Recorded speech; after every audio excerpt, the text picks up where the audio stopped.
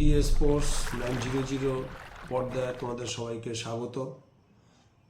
আজকে মূলত আইএসএল নিয়ে আলোচনা করব, পাশাপাশি অনেক বিষয় নিয়ে আজকে তোমাদের সাথে শেয়ার করব, যেখানে আগামী শনিবার আইএসএলে ঢাকে কাঠি পড়তে চলেছে মোহনবাগান এবং কেরালা ব্লাস্টার্সের ম্যাচ দিয়ে, এবং ম্যাচটা অনুষ্ঠিত হবে যুবভারতী ক্রীড়াঙ্গনে। এবং সেই ম্যাচ নিয়েই এখন পারদ চড়ছে ক্রমশ। মোহনবাগান গত বছর ডিফেন্ডিং চ্যাম্পিয়ন, কেরালা ব্লাস্টার্স সামনেই প্রথমেই মুখোমুখি হতে চলেছে বড় চ্যালেঞ্জ। এখানে মোহনবাগানকে এবছরে কিন্তু বিরাট চ্যালেঞ্জের মুখোমুখি হতে হচ্ছে সার্জিও লোবেরো, যে দল পরপর দুবার চ্যাম্পিয়ন হয়েছে সেরা দুই কোচের হাত ধরে, যেখানে হাবাস চ্যাম্পিয়ন হওয়ার পরেও যেখানে মলিনাকে নিয়োগ করেছে মোহনবাগান, এবং মলিনাও মোহনবাগানকে ডবল ট্রফি দেওয়ার পরেও তাকে পরিবর্তন করে নিয়ে আসে সার্জিও লোবেরো। চাপটা তো একটু বেশি হবেই, এবং সার্জিও লোবেরো কিন্তু সব কিছু জেনে শুনেই মোহনবাগানে এই চ্যালেঞ্জটাকে গ্রহণ করেছেন এবং শনিবারের জন্য তিনি মুখিয়ে আছেন। এর আগে অনেক প্র্যাকটিস ম্যাচ খেলেছেন এবং মোহনবাগানের বিভিন্ন প্লেয়ারদের এই প্র্যাকটিস ম্যাচের সুযোগে দেখে নিতে পেরেছেন যে কোন প্লেয়ার কোন কন্ডিশনে আছে, এবং প্রচুর ঘাম ঝরিয়েছেন বিভিন্ন প্লেয়ারদের, এবং তাদের মেদ ঝরিয়েছেন এবং একটা শেপে নিয়ে এসেছেন। একটা ড্রিমিং শেপে কিন্তু সার্জিও লোবেরো কিন্তু মোহনবাগানকে নিয়ে আসতে সক্ষম হয়েছে। এবং এই মুহূর্তে মোহনবাগান প্লেয়ারদের যে ঝাঁজ এবং মোহনবাগানের যে বডি ল্যাঙ্গুয়েজ বিভিন্ন প্লেয়ারদের, অর্থাৎ দিমিত্রি পেট্রাস থেকে শুরু করে জেসন কামিন্সের বডি ল্যাঙ্গুয়েজ থেকেই বোঝা যাচ্ছে যে তারা তৃতীয়বারের জন্য আইএসএল চ্যাম্পিয়ন হওয়ার জন্য উদ্গ্রীব হয়ে রয়েছে। এবং শনিবার দিন কিন্তু মোহনবাগান অবশ্যই মাঠে নামবে প্রথম ম্যাচে জয় দিয়ে, এবং সেই দিনই আমরা দেখতে পাবো যে কীরকম ফুটবলটা মোহনবাগান খেলে। এই প্রসঙ্গে একটা কথা বলে রাখি, কীরকম দল নামাতে পারে সার্জিও লোবেরো। বিভিন্ন সোশ্যাল মিডিয়ায় বিভিন্নভাবে প্রথম একাদশ ভাইরাল হয়েছে, যেখানে কারো সাথে লোবেরোর চিন্তার কিছুটা মিল আছে, কিছুটা অমিলও দেখা যাচ্ছে। এবং ফাইনালি সার্জিও লোবেরো কী দল নামায় সেটাই এখন দেখার।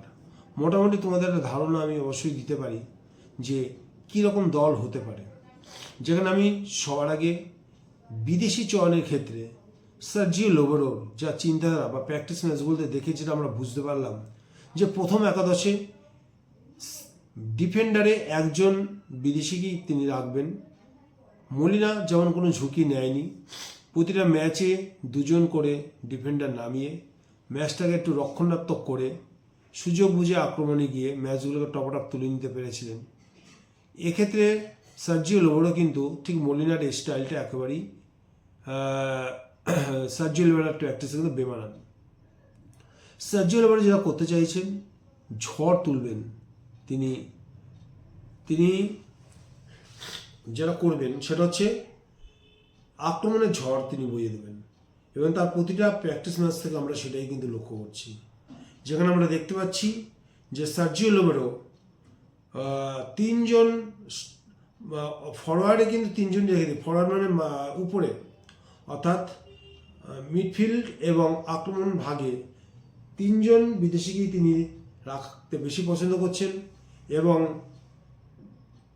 সেন্টার ব্যাকে তিনি একজনকে রাখছেন, এবং সেখানে আলবার্টো রড্রিগেজের থাকাটার প্রবল সম্ভাবনা আছে।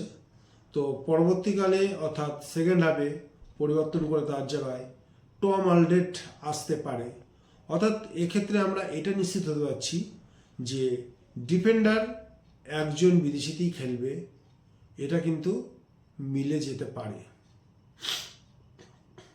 এরপরে যদি আমরা আসি যে বাকি যে পাঁচজন বিদেশি রয়েছে, সে পাঁচজন বিদেশির মধ্যে কোন তিনজনকে সার্জিও লোবেরো প্রথম একাদশে রাখার জন্য বিবেচনা করবেন।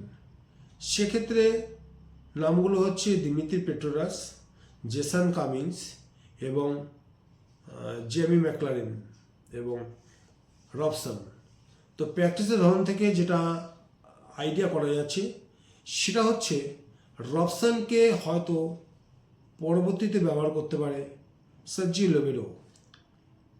বাদিকে লিস্টন ক্লাসো এবং ডান দিকে মনবীর সিংকে রেখে হয়তো প্রথমার্ধটা চালিয়ে দেবে। সেকেন্ড হাফে রবিনকে নামিয়ে আক্রমণে ঝড় তোলার জন্য রবিনকে নামিয়ে দেবে লিস্টন ক্লাসোর পরিবর্তে, অথবা মনবীর যে উইক হয়ে যাবে বা দুর্বল হয়ে পড়বে বা যে পারফরমেন্স ঠিকমতো দিতে পারবে না বা পরিবর্তন করার দরকার আছে যাকে, তাকে তুলে নিয়ে যদি মনবীরকে তোলে তাহলে মনবীরকে তুলে নিয়ে সেই জায়গায় লিস্টন ক্লাসকে প্লেস করবে, আর লিস্টন ক্লাসের লেফট উইঙ্গারে নিয়ে চলে আসবে রবসন রবিনোকে। আর যদি লিস্টন ক্লাসকে তুলে নেয় তাহলে পুরো আর কোনো চেঞ্জ করার দরকার নেই, লিস্টন ক্লাসের জায়গায় সরাসরি রবিনো খেলবে। এই পজিশনে যেমন খেলতে অভ্যস্ত সেরকম নাম্বার 10 পজিশনেও কিন্তু রবসন রবিনো খেলতে পারে। টিম যখন গোল পাবে না তখন দুজন স্ট্রাইকারে চলে যেতে পারে সার্জিও লোবেরো, সেক্ষেত্রে খেলার ছকটাই একটু চেঞ্জ হয়ে যেতে পারে। তো যেটা মনে হচ্ছে সেটা প্রথম একাদশে হয়তো রবসন রবিনো থাকবে না। প্রথম একাদশ দিমিত্রি পেট্রাস, তার উপরে হয়তো জেসন কামিন্স এবং একদম বক্স স্ট্রাইকার হয়তো জেমি ম্যাকলানকে নামিয়ে দেবে। সেকেন্ড হাফে কিন্তু দুরকম চেঞ্জ হতে পারে। আমি যে চেঞ্জটা বললাম এতক্ষণ ধরে সেই চেঞ্জটা তো হতে পারেই, অথবা মনবীর সিং এবং লিস্টন ক্লাসও যদি সেদিনকে ফর্মে থাকে বা ভালো খেলা প্রদর্শন করে বা কোনো চোট যদি না পায়, সেক্ষেত্রে হয়তো জেমি ম্যাকলারেনকে তুলে নিয়ে সেই জায়গায় জেসন কামিন্স এবং জেসন কামিন্সের জায়গায় হয়তো রবিনহোকে খেলাতে পারে সার্জিও লোবেরো। তো দেখাই যাবে 14ই ফেব্রুয়ারি ভ্যালেন্টাইন্স ডেতে ঠিক কোন ধরনের রোমান্টিক ফুটবল সার্জিও লোবেরো নিয়ে আসতে পারে। আর দিমিত্রি পেট্রাস থাকছে, হয়তো এটাও হতে পারে দিমিত্রি পেট্রাসকে তুলে নিয়ে সেই জায়গায় রবসন রবিনোকে নামাতে পারে। তো নানা রকম রসায়ন আছে, কোন রসায়নটা শনিবার দিন খাটে সেটা আমরা ওদিন চাক্ষুষ করব। এছাড়া সেন্টার ব্যাকে আলবার্টো রড্রিগেজের বাদে মেহতাব সিং আর আমাইকে হয়তো রাইট ব্যাক হিসেবে খেলাতে পারে, সেটা না হলে টেক্সামকে খেলাবে। আর লেফট ব্যাকে অবশ্যই সুআশিস বসু, এবং মাঝ মাঠে আপুইয়ার সাথে হয়তো যে পারফরমেন্স এই মুহূর্তে সাহাল আব্দুল সামাদ প্রদর্শন করছে, অর্থাৎ সাহাল আব্দুল সামাদের কাছ থেকে যে খেলাটা আমরা এই মুহূর্তে দেখছি, থাপা সেক্ষেত্রে হয়তো প্রথম একাদশে নাও থাকতে পারে, সেই জায়গায় হয়তো সাহাল আব্দুল সামাদ আসতে পারে। অর্থাৎ আমি দলটাকে ঠিক এইভাবে চিন্তা করতে পারছি যে রাইট ব্যাকে হয়তো টেক্সাম বা রানওয়ে অথবা মেহতাব সিংয়ের কথা ভুল বললাম, এটা হচ্ছে দীপেন্দু বিশ্বাস হয়তো আসতে পারে। আর লেফট ব্যাকে সুআশিস বোস এবং সেন্টার ব্যাকে মেহতাব সিং এবং অবশ্যই আলবার্টো রড্রিগেজ, দুজন ভারতীয় মিডফিল্ডার, যেখানে আপুইয়ার সাথে আমি প্রথমে সাহাল আব্দুল সামাদকে চিন্তা করছি, পরবর্তীতে সাহাল আব্দুল সামাদ বা আপুইয়া এর মধ্যে কোনো একজনের পরিবর্তন হয়ে হয়তো অনুরুদ্ধ থাপা চলে আসতে পারে, এবং দুই উইঙ্গার একটা লিস্টন ক্লাসও, পরবর্তীতে হয়তো সেটা রবসন রবিনহো, এবং রাইট উইঙ্গারে মনবীর সিং এবং জেসন কামিন্স এবং দিমিত্রি পেট্রাস মাঝ মাঠে, এইভাবে হয়তো টিমটাকে সারাতে পারে। তো দেখা যাবে শনিবার দিন ঠিক সার্জিও লোবেরোর হাত ধরে কী ধরনের টিম মাঠে আসে। এবং এই প্রসঙ্গে একটা কথা বলি যে টিকিট কিন্তু বিক্রি সোমবার থেকে অনলাইনে শুরু হয়ে গেছে, অফলাইনে হয়তো বৃহস্পতিবার কিংবা শুক্রবার হয়তো অফলাইনে টিকিট পেয়ে যেতে পারেন আপনারা। আর যেটা শোনা যাচ্ছে এখনো ক্লিয়ার না, সনি স্পোর্টস হয়তো এই খেলা সম্প্রচারণের দায়িত্ব পাচ্ছে। অন্য অন্য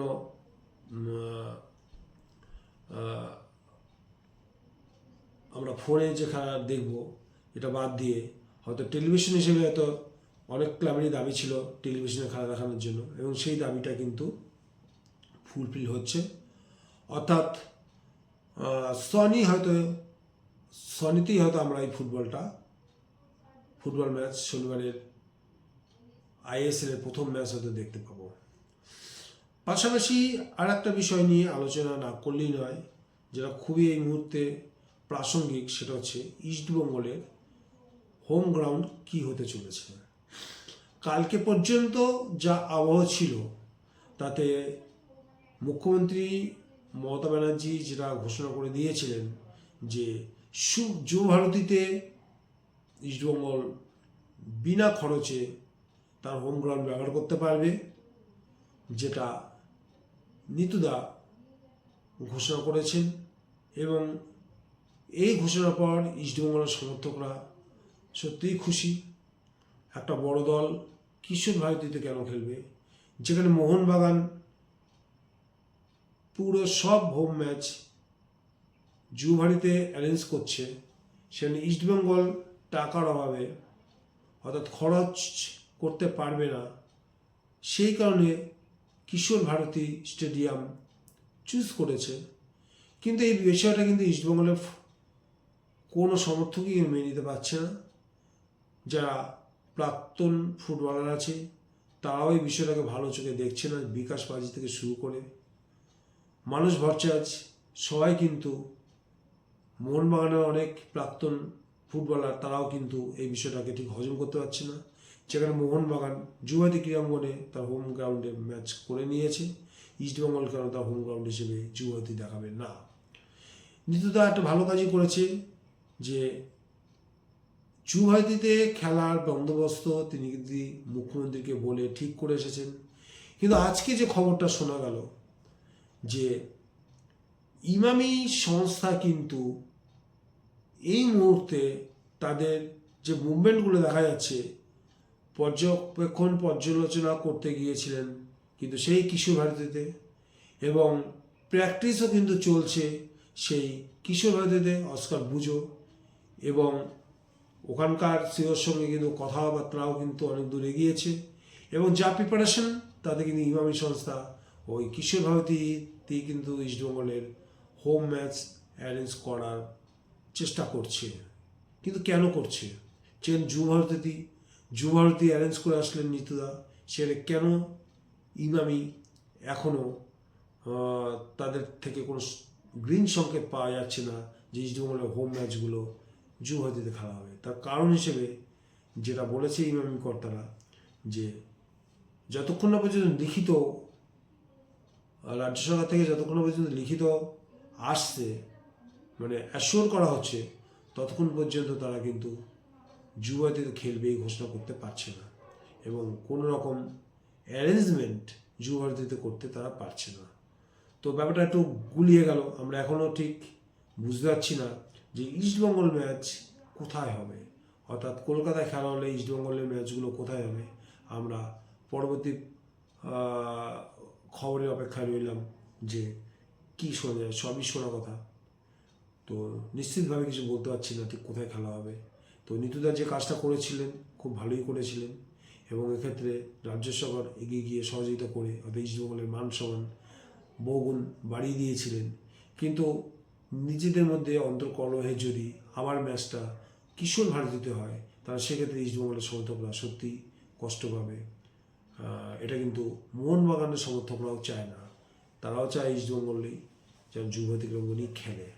তো এই ব্যাপারটা যেমন ছিল, পাশাপাশি আর একটা খবর তোমাদের দিয়ে রাখি। আছে মোহনবাগানের একটা গর্বের দিন, যেখানে অনূর্ধ্ব 14 ফুটবলে আজকে মোহনবাগান 23-0 গোলে মোহামেডান স্পোর্টিংকে হারিয়েছে। অসামান্য কৃতিত্ব। বড়দের পাশাপাশি ছোটরাও কিন্তু দুরন্ত হয়ে এগিয়ে চলেছে। যে কথা মোহামেডানকে 23 গোল দেয় মোহনবাগান। ছোটদের লিগে বিরাট জয় সহজ বলুন, একাই 8 গোল দিলেন অনুব্রত। তো এটা একটা বিরাট সাফল্য মোহনবাগানের, অর্থাৎ বড়দের খেলা দেখে এরাও অনুপ্রাণিত হয়েছে। সুতরাং মোহনবাগানের কিন্তু চারিদিক দিয়ে জয় জয়কার। তো এসব বাদ দিয়েও আমি আবার বলছি যে 14 তারিখে কিন্তু আপামর মোহনবাগান সমর্থকরা তাকিয়েছে ওদিন কী হবে। তো ভিডিওটা তোমাদের কেমন লাগলো? যদি ভালো লাগে লাইক এবং শেয়ার করতে একদম ভুলবে না। আর যারা এখনও পর্যন্ত চ্যানেলটাকে সাবস্ক্রাইব করোনি, কিসের এত ওয়েট করছো? সাবস্ক্রাইব করে ফেলো, যাতে নতুন নতুন ভিডিও সবার আগে তোমরা পেতে পারো।